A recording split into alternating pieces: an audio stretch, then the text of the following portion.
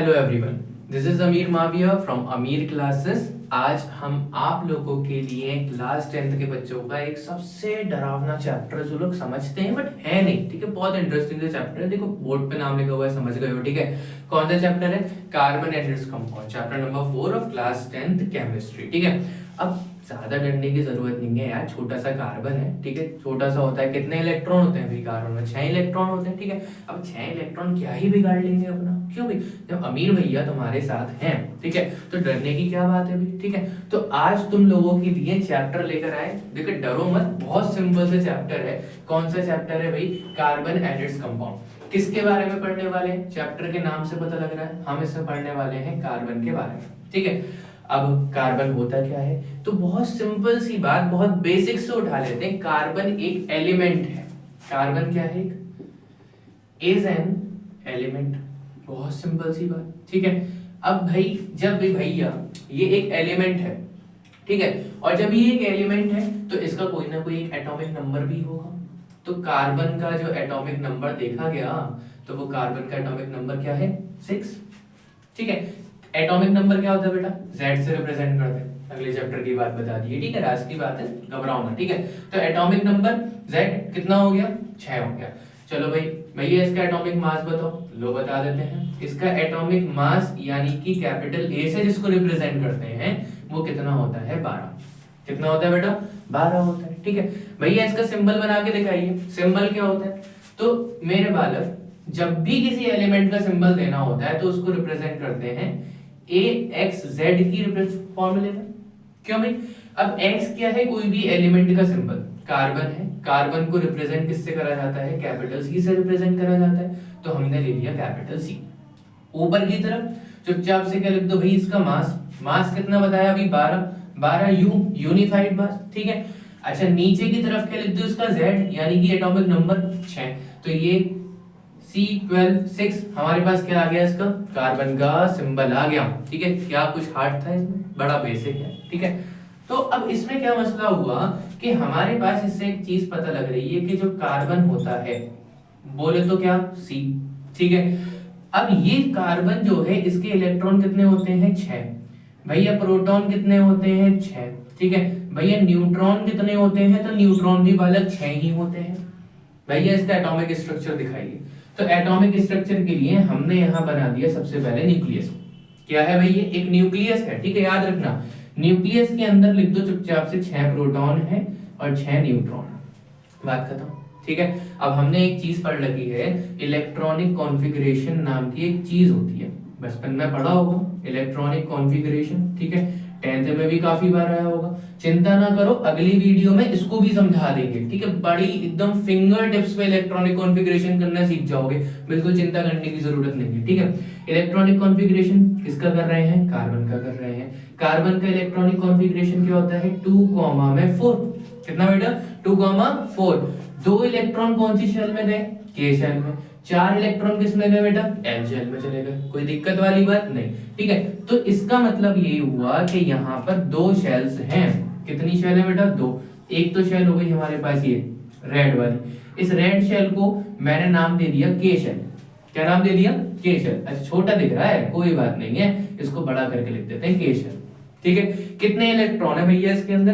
तो K shell के अंदर मेरे बालक, K शेल के अंदर 2 इलेक्ट्रॉन नजर आ रहे हैं। कितने इलेक्ट्रॉन नजर आ रहे हैं? 2। तो इस पे चुपचाप से क्या बना दो बेटा? 2 इलेक्ट्रॉन इस पे बना दो। कितने इलेक्ट्रॉन बना दिया? 2। ये डॉट्स जो है ब्लैक कलर के डॉट यहाँ साइड में लिख दो। टीचर को नंबर काटने की बड़ी रहती है, तो इसको क्या लिख दो कि ये है हमारे इलेक्ट्रॉन भैया। ये डॉट क्या रिप्रेजेंट कर रहा है? इलेक्ट्रॉन, ठीक है। अच्छा डॉट, जिंदगी में डॉट लग जाएगा कार्बन एंड कंपाउंडिंग, बड़ा मजाक नहीं कर रहा। पता है कैसे?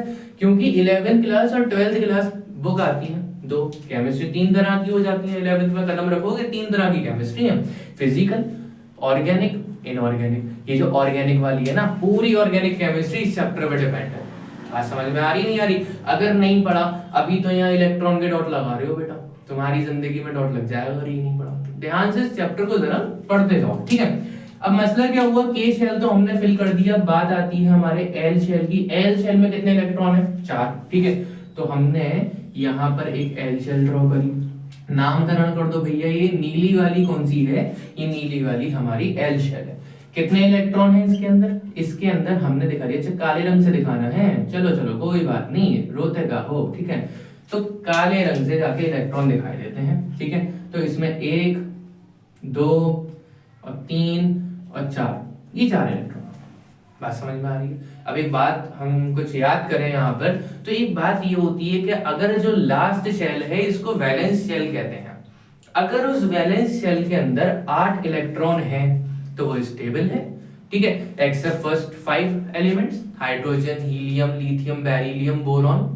बात को समझो जरा ध्यान से, ठीक है। इनका एक्सेप्शनल केस रहता है, बाकी सब में अगर लास्ट में 8 इलेक्ट्रॉन है तो वो स्टेबल है। क्या कार्बन के लास्ट में 8 इलेक्ट्रॉन आ रहे हैं, कार्बन की इलेक्ट्रॉनिक कॉन्फ़िगरेशन क्या थी, 2,4। वैलेंस शेल में कितने इलेक्ट्रॉन हैं, 4, यानी कि मैं कह सकता हूं कि कार्बन के पास जो वैलेंस इलेक्ट्रॉन है वो वैलेंस इलेक्ट्रॉन कितने हैं, 4 हैं। वैलेंस इलेक्ट्रॉन कितने बेटा, 4। अब भाई इसकी वैलेंसी क्या होगी, वैलेंसी बड़ा काम करेगी भाई। यहाँ पे पूरा का पूरा चैप्टर मैं मानता हूँ किसके ऊपर बेस्ड है, वैलेंसी के ऊपर।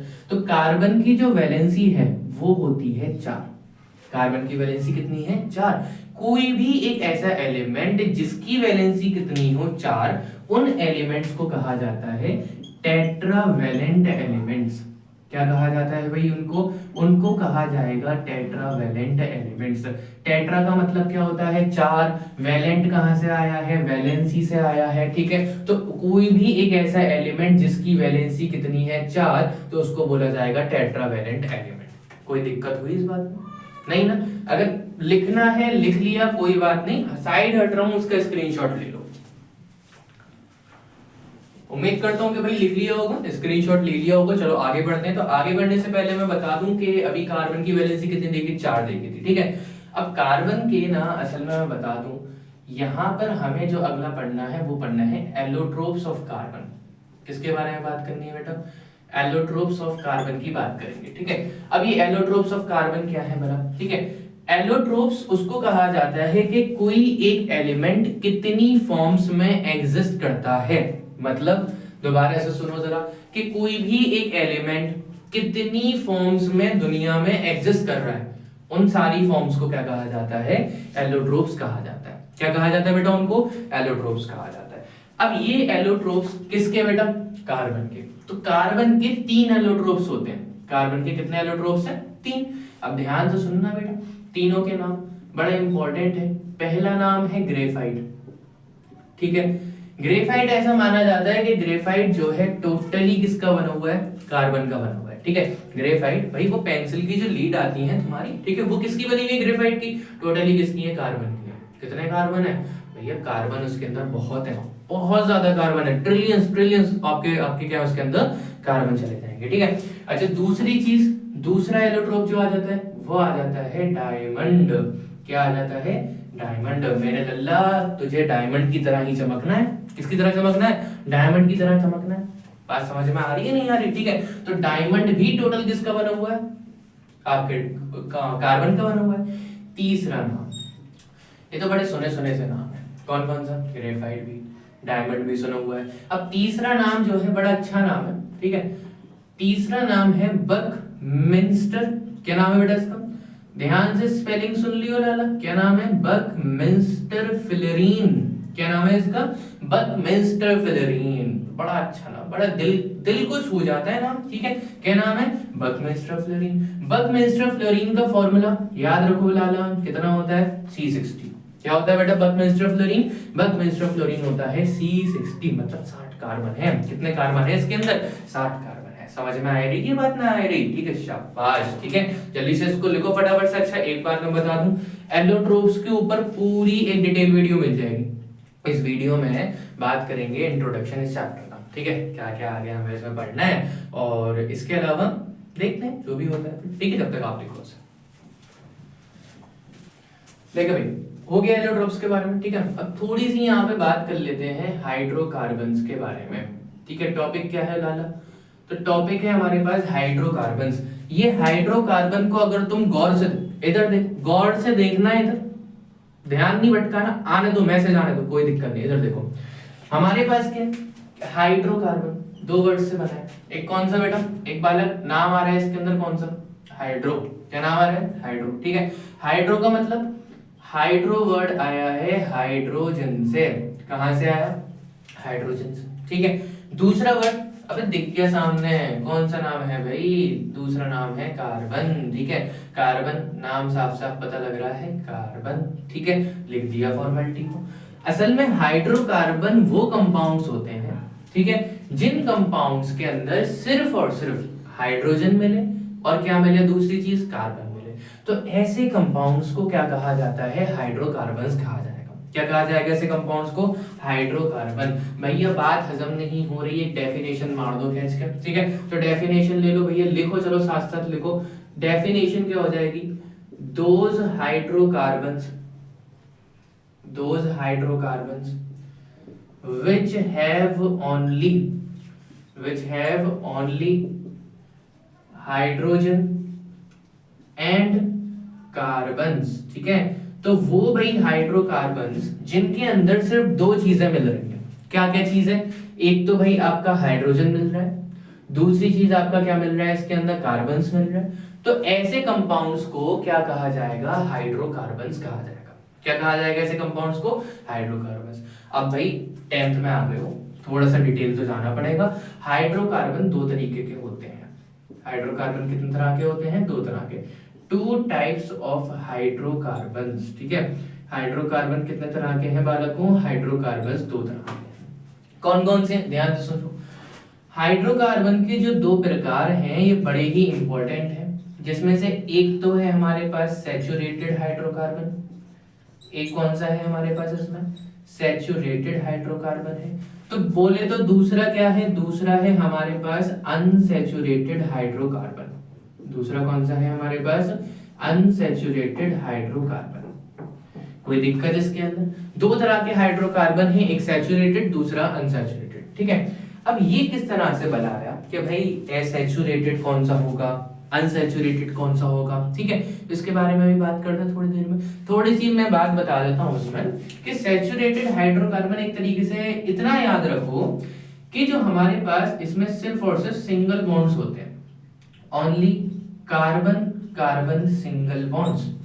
क्या मिलेंगे इनके पास, कार्बन और कार्बन के बीच में सिर्फ और सिर्फ सिंगल बॉन्ड मिलेगा। तो अगर पूरे स्ट्रक्चर में सिर्फ और सिर्फ सिंगल बॉन्ड ही आ रहे हैं कार्बन कार्बन के बीच में, तो ऐसे कंपाउंड्स को क्या बोल देंगे, सैचुरेटेड हाइड्रोकार्बन्स कह देंगे। ठीक है, अगर अनसैचुरेटेड हाइड्रोकार्बन्स की बात करें तो इसमें क्या मिलता है बेटा, कार्बन कार्बन डबल बॉन्ड मिल जाएगा।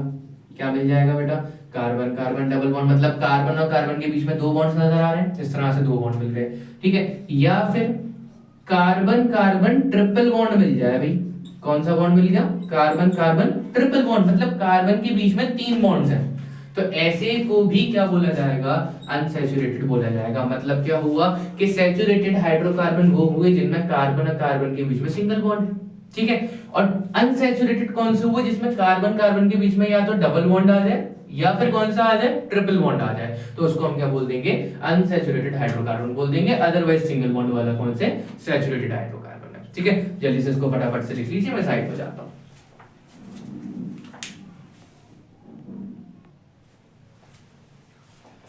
लिख लिया अभी सबने। ठीक है, तो अब इसमें एक छोटी सी और एक बात बताते चलते हैं कि जो हमारे पास कार्बन कार्बन सिंगल बॉन्ड वाले होते हैं इनको कहा जाता है अल्केन्स। क्या कहा जाता है बेटा, इनको अल्केन्स कहा जाता है। ठीक है, और अगर कार्बन कार्बन डबल बॉन्ड वाले मिल जाए तो इनको कहा जाता है अल्कीन्स। क्या कहा जाएगा, इनको अल्कीन्स कहा जाएगा। कार्बन कार्बन अगर ट्रिपल बॉन्ड मिल जाए तो उसको कहा जाता है अल्काइंस। क्या कहा जाएगा बेटा, उसको अल्काइंस कहा जाएगा। क्लियर है बात, इतनी नहीं। तो आज की वीडियो में सिर्फ इतना ही। अगली वीडियो में, ठीक है, हम क्या करेंगे, अल्केन अल्कीन और अल्काइंस, मतलब अल्केन अल्कीन और अल्काइन बोले तो सैचुरेटेड और अनसैचुरेटेड हाइड्रोकार्बन की डिटेल्ड वीडियो लेकर आएंगे इंशाल्लाह। ठीक है, तो उसमें हमारे पास क्या रहने वाला है इसमें कि हम उसमें पढ़ेंगे कि अल्केन अल्कीन अल्काइन का जनरल फॉर्मूला क्या होता है। ठीक है, इनका नॉमेनक्लेचर किस तरीके से होगा। नॉमेनक्लेचर क्या होता है, नॉमेनक्लेचर, नॉमेनक्लेचर बोलते हैं नामकरण। जब यार तुम पैदा हुए थे तो अम्मा अब्बा ने, अम्मी अब्बू ने, ठीक है, माता पिता ने, दादा दादी, नाना नानी, किसी ना किसी ने तुम्हारा नाम तो रखा होगा। तो जब कोई भी एक नया कंपाउंड बनता है तो उसको नाम रखने का प्रोसेस क्या कहलाता है, नॉमेनक्लेचर। आपके सिलेबस में एक नॉमेनक्लेचर दे रखा है, आईयूपीएसी नॉमेनक्लेचर दे रखा है, ये आप लोगों का होमवर्क है। कौन सा नॉमेनक्लेचर भाई? आईयूपीएसी नॉमेनक्लेचर, ठीक है। अब होमवर्क घबराओ मत के पूरा नॉमेनक्लेचर दूंगा, सिर्फ इसकी फुल फॉर्म, ठीक है। कमेंट बॉक्स में जल्दी से कमेंट मार देना, ठीक है, आईयूपीएसी की फुल फॉर्म, ठीक है। तो आज की वीडियो में सिर्फ इतना, अगली वीडियो में मिलते हैं इंशाल्लाह। Thank you so much.